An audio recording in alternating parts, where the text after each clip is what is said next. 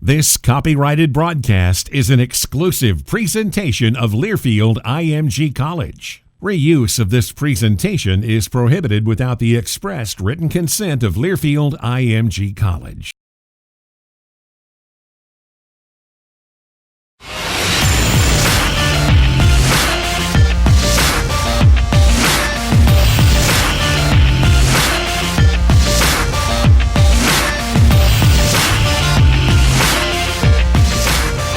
A doubleheader of basketball from the Mullins Center today as UMass men's and women hoops tip off, and we've got head coach Tori Verdi from the women's program. And coach, no secret to coming off a 16-win performance, something that hasn't been done here in over a decade. What are some of the expectations for your team heading into this year? Well, I think the first thing is that we want to continue the momentum. When you look at the trajectory, in my last 3 years, it's been going up. And we want to continue that in year 4 as well. And so, we just want to continue to make, and take steps in the right direction. And, I do feel like, our personnel is better than the last 3 years. And so I'm really excited about this group. I feel like, our backcourt players are just as good as any other teams in our conference. So I feel like, we're going to be able to put a lot of points up on the board. And I'm looking to really take that next step to where we feel like we belong in that top quarter of the league. We'll talk about some of that personnel, but I wanted to bring up something that you and I have spoken about a couple of times on different mediums, and that's your trip this summer to Portugal and what that might have done to prepare your team for this season. Well, one, it gave them the opportunity to really build that team chemistry, to get acclimated with one another and build those relationships with one another as well. And for us, we had the opportunity to practice 10 times. And so overall, it gave, especially our newbies, some experience, and so, within our first couple of games, they've already played 3 games, and so for me personally, it allowed me to really assess, our players and really get to, see, where they are, what they're capable of doing.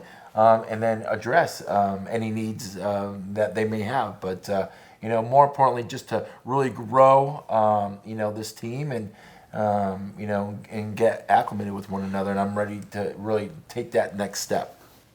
Aside from the new players, you've got one that people around here certainly know. That's Haley Lydell. She's an 1,000-point scorer. She's been such a big part of this program. What is her legacy going to be when all is said and done for her? Well, I think when it's all said and done, I think she, has got to be up there with one of the best players ever to play here at the University of Massachusetts. And, you look at her, she's going to be a 4-year starter, and the numbers that she has put up. And she's, going to lead us in three-pointers made and, and minutes played, I would assume as well. So she's going to be up there. And,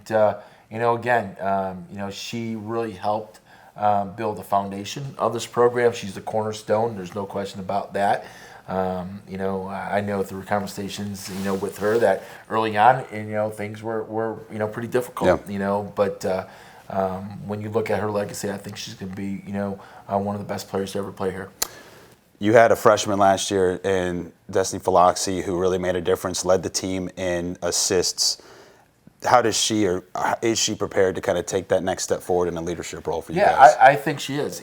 She's, extremely hungry, and when you look at her, it's more of a, am I really ready for this? And I think she is, and there's a confidence piece that goes along with that. And, she is extremely talented, and you look at, she's extremely dynamic. The fact that, I think she's probably one of the quickest, guards in the league, and her ability to get to the rim is unbelievable. But I think she's ready to take that next step, and she's ready to accept that role. You've got some interesting players coming in. Angelique and Gala Kalandi, she was the New Hampshire Gatorade Player of the Year. And Maeve Donnelly, who also poses a little bit of size for your team. Tell me about those two and what they might do well for you. Well, I mean, the biggest thing is they, help fill a void that we had here. We felt that we had, the proper, amount of backcourt players, and now we really needed to, bring in some frontcourt players and address that void, and I think we have. We now have size, we have the speed, we have the athletic ability, but both those guys are going to help us, on the defensive end because they eat up a lot of space. They're going to be able to deter a lot of shots, and then they're going to be able to rebound the basketball. But and both are very, very mobile. They could score, with their backs to the basket, but more importantly, they could fly up and down the floor. And so they fit our style of play. We're just excited that they're here on our team.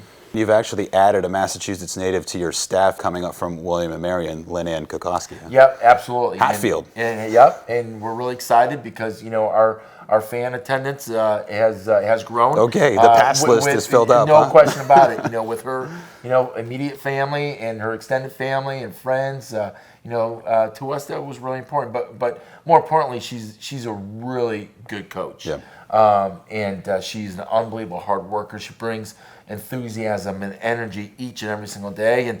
And lastly, she loves the University of Massachusetts. And for a coach, you want you want the people who are working for you, you want your assistant coaches to really be invested. And she, loves the University of Massachusetts, and she could go out there and talk about the University of Massachusetts, and you're going to feel that emotion from her. And I think that's great, and I know it helps us with recruiting because you can feel that sense of passion from her. All right, last one for you. Sure. It was announced earlier on this offseason that you were extended for your contract. I know this business, from my perspective and yours as well, can always be very tumultuous. Sure. What does it mean for you to actually have a little bit of foundation here and cementing and say, hey, I'm going to be here for the foreseeable future? Yeah, that was the plan to begin with, but more importantly, just goes to show you, that you have people, you have, the administration who truly believe, in what you're doing. And so it all started with a vision, and then it's like trying to go and make that vision occur and happen. And we're doing that, and I think we're doing it the right way. And when you look at it, we've had the most wins since, 2006.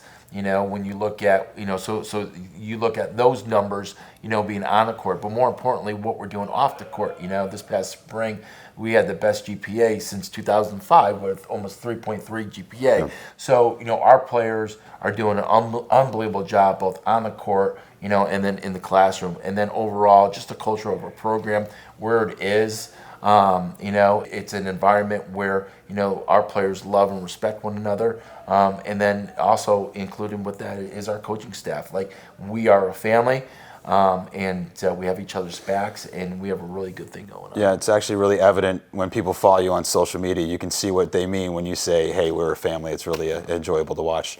Thank you so much, Coach, and good luck this season. Thank you. All right, Tori Verdi, we come back as we count you down to tip-off from the Mullen Center for the men's program. Back with more here on NESN. We are the revolutionaries of today. At the University of Massachusetts Amherst, a revolutionary spirit runs through our veins. It inspires us to think in new ways, to challenge convention, not to simply be different, but to actually make a difference. In Massachusetts, the place where it all began. We embrace the freedom to dream bigger, to dig deeper. We are committed to the relentless pursuit of progress. Be revolutionary. We are the University of Massachusetts Amherst.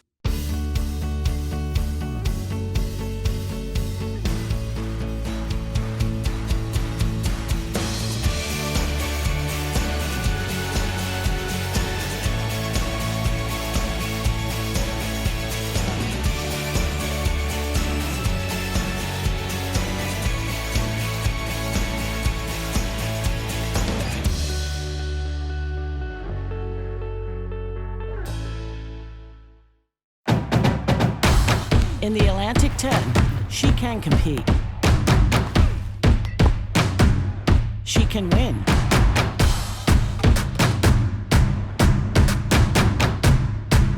She can lead. And she can succeed. In the Atlantic 10, she can do it all.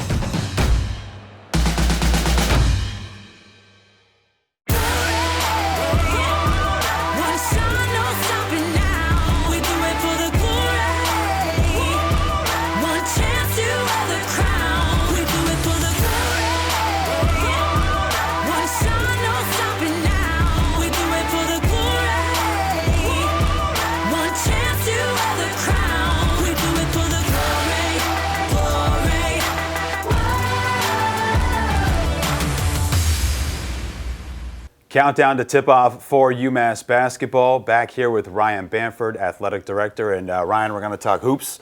We're going to talk a little football, but I want to take a kind of a macro perspective here and kind of get your thoughts on what it's like to run 21 different sports for a university. I mean, what are some of the challenges that you have when you're facing something like that? Yeah, I mean, there are times this time of the year right now as we're finishing up our fall sports and in championship season for them, and then our winter sports are really, really sort of charging hard here. We're about a month into the hockey season, and now we've got the 2 basketballs starting, but it's it's exciting to have 21 teams, have 650 student athletes.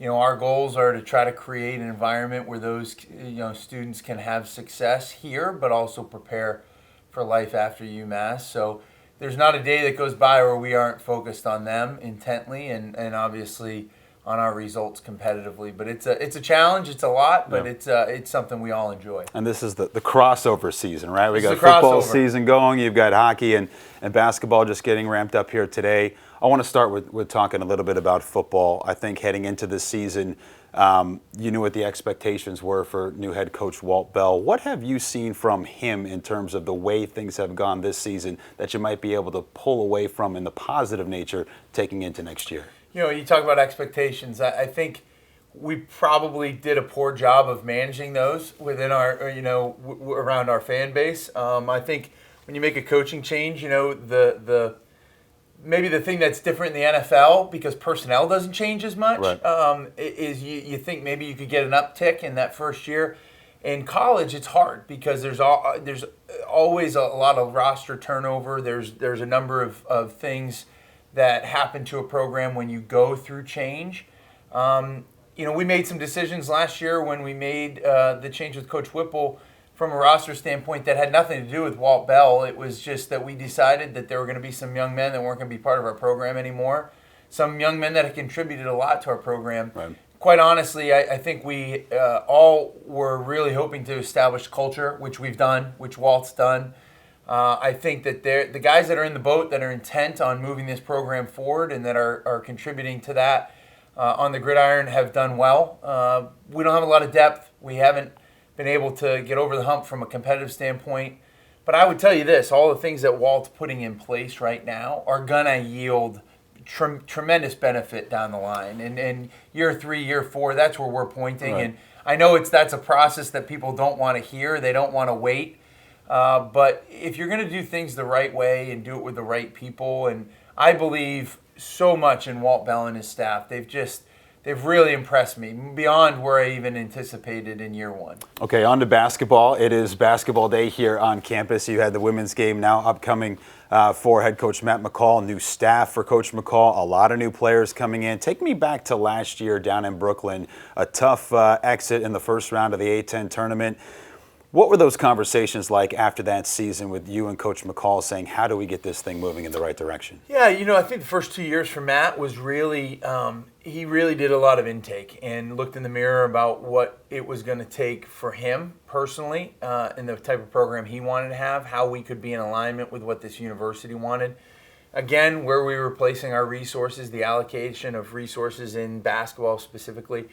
And that assessment that Matt and I had over that next 7 to 10 days was a real deep dive into every aspect of the program. Every personnel aspect, every resource aspect, every administrative aspect. And we left no stone unturned to say, what do we need to change? What are the variables that need to change for us to have success? I think we've done that in large part, changed a number of roster positions, obviously changed some staff associated with the program, and I think that that's having a positive result. We're going to see here tonight against Lowell as we open up the season against Pat Duquette and his group. We're a very talented group. I think they're going to have a good year. That we've got a bunch of young kids and a bunch of newcomers, new faces. Our fans are getting familiar with them as we roll into the season. But I think what Matt's done and the investment that he's made in what his approach is going to yield some real positive things down the line. And again, it's a process. It takes time. We're a young group, but I feel good about the prospects for success in the future of men's hoop to the year for us in the last few. All right, lastly for you, would be remiss if I didn't talk about Torrey Verdi and his squad that we just saw, 16-win performance for the women's basketball program last season. What are the expectations there for his squad? I mean, that's a season that really you haven't seen here in over a decade with that amount of wins and with the first round tournament victory over George Mason. What is the trajectory of this program? What are the expectations this year? Tori's done a remarkable job. It's the reason why we gave Tori another extension this year to get him back to 5 years. He's our, in the last 3 years, he's won more games in those 3 years than any women's basketball coach here at the University of Massachusetts in our history. Obviously, we hadn't had that level of success in the last decade. Right. We've really hit the doldrums in terms of women's basketball. Tori is an aggressive worker, really good recruiter. He's got a good connection with the women in his program. X and O wise, really, really sound strategy. He's got a great staff. I think we're going to be more athletic than we've ever been. I think we've got some women who can put the ball in the basket. Yeah. At the end of the day, our ultimate success this year in making that next step from 16 wins to 18 or 20 is what we do defensively. I think if we can turn people over, we can get stops defensively, keep people under 40% shooting from the field, we're going to have a lot of success. We can score on the other end.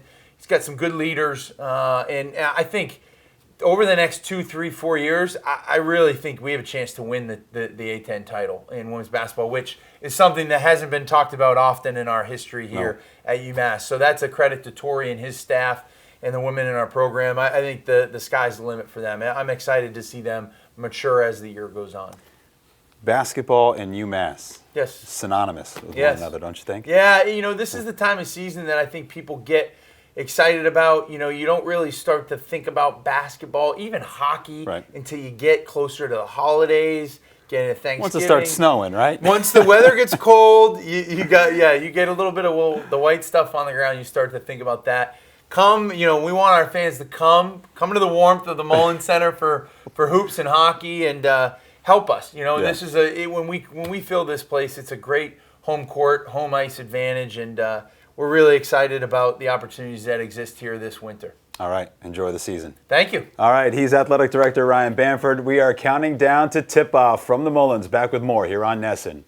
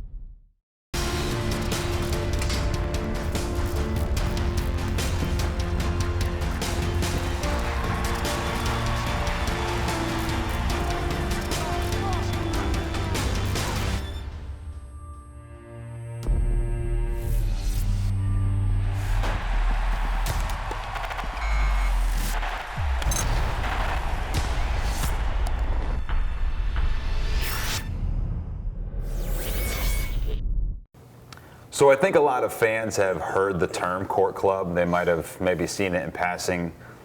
It's a big part of what goes on here for the basketball program. What exactly is the Court Club? Yeah, a lot of people hear about the Court Club and they see it and they see stuff written about it. But so the Court Club actually started when John Calipari here got the job.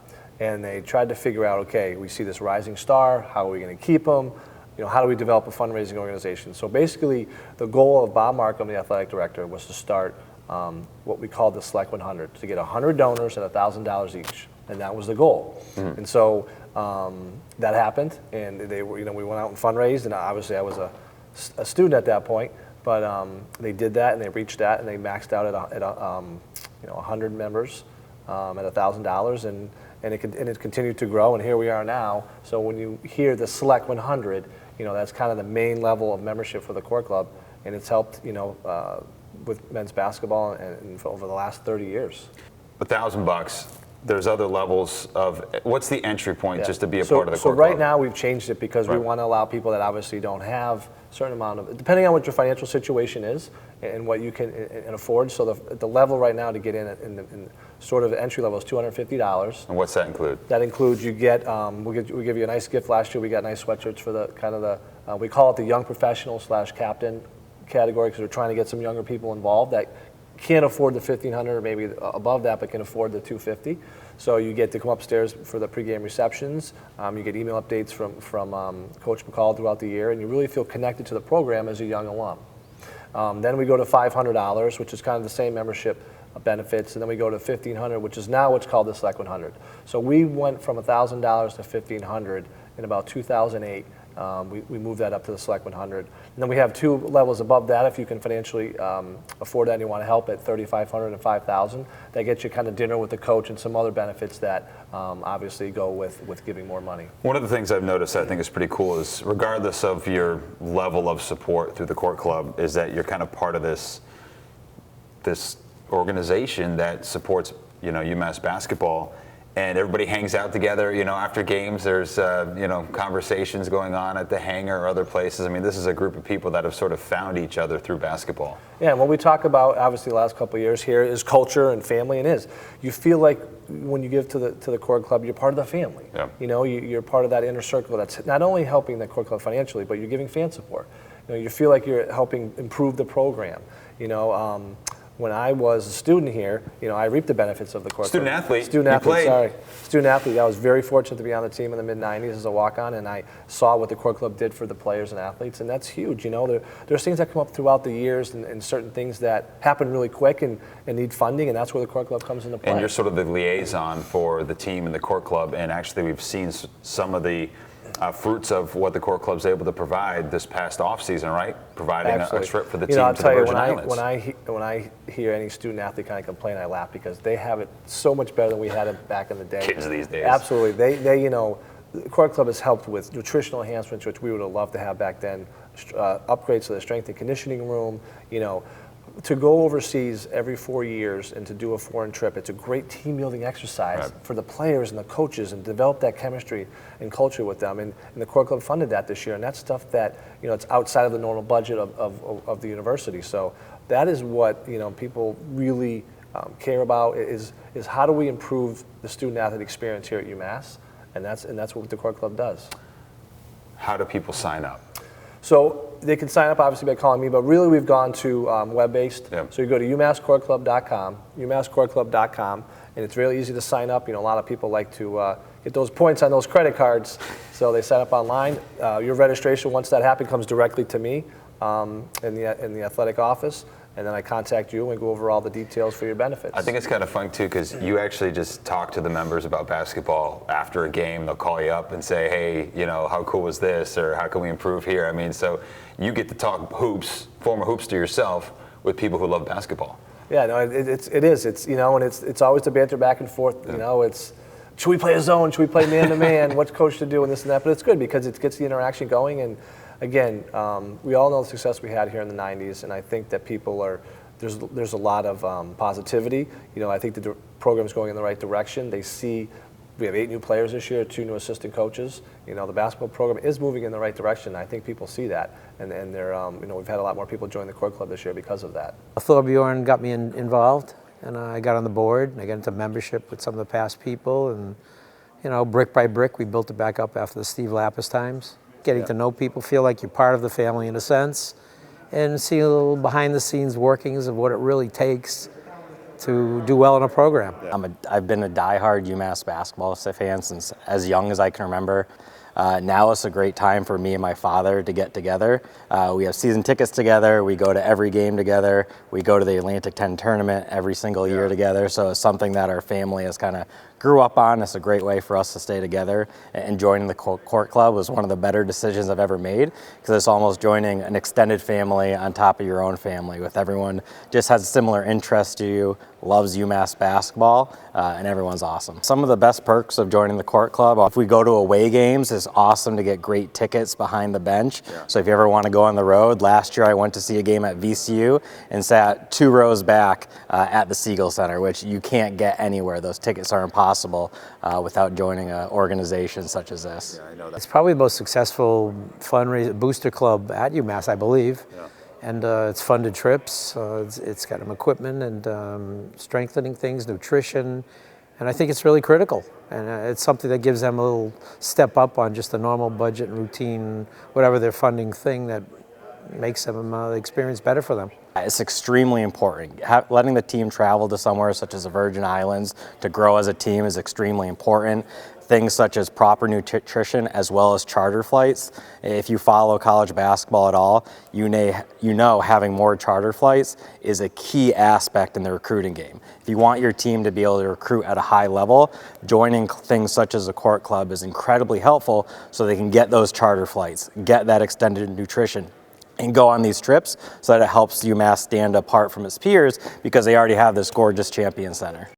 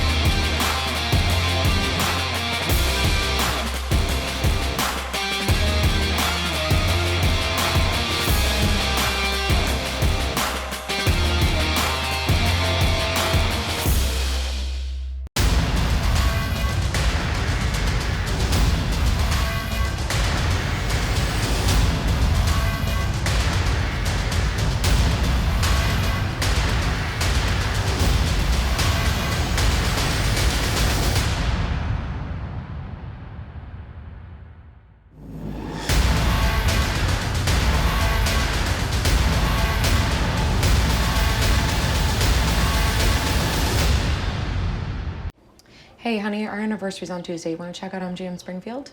Sounds fun. Yeah, what's up? What's up? Right up top. Yeah. I was thinking for your sister's half birthday, you and I. MGM? Yeah, let's do it. It's almost Arbor Day. Let's do it! Hey! Oh, the neighbor's got a new roof. Let's go to MGM Springfield. Lucky shooter.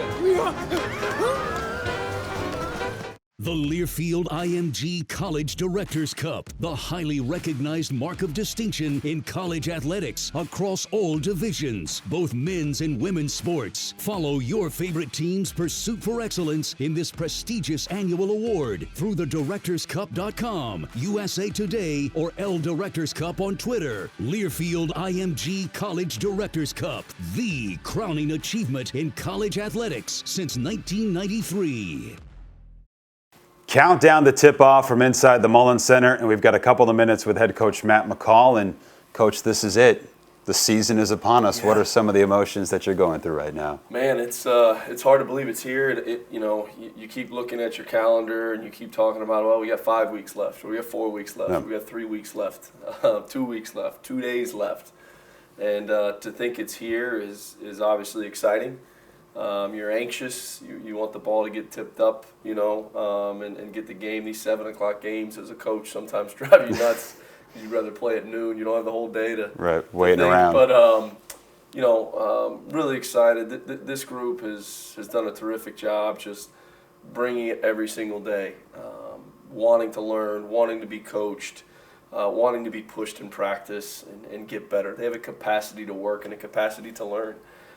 We know it's not going to always look really, really pretty at times, especially early, but I really believe that this team is going to grow and continue to get better. And how we play tonight will not be how we look in February and March. And that's the goal. We want to grow and continue to get better. We've got a young group. We've got a great core, a great nucleus.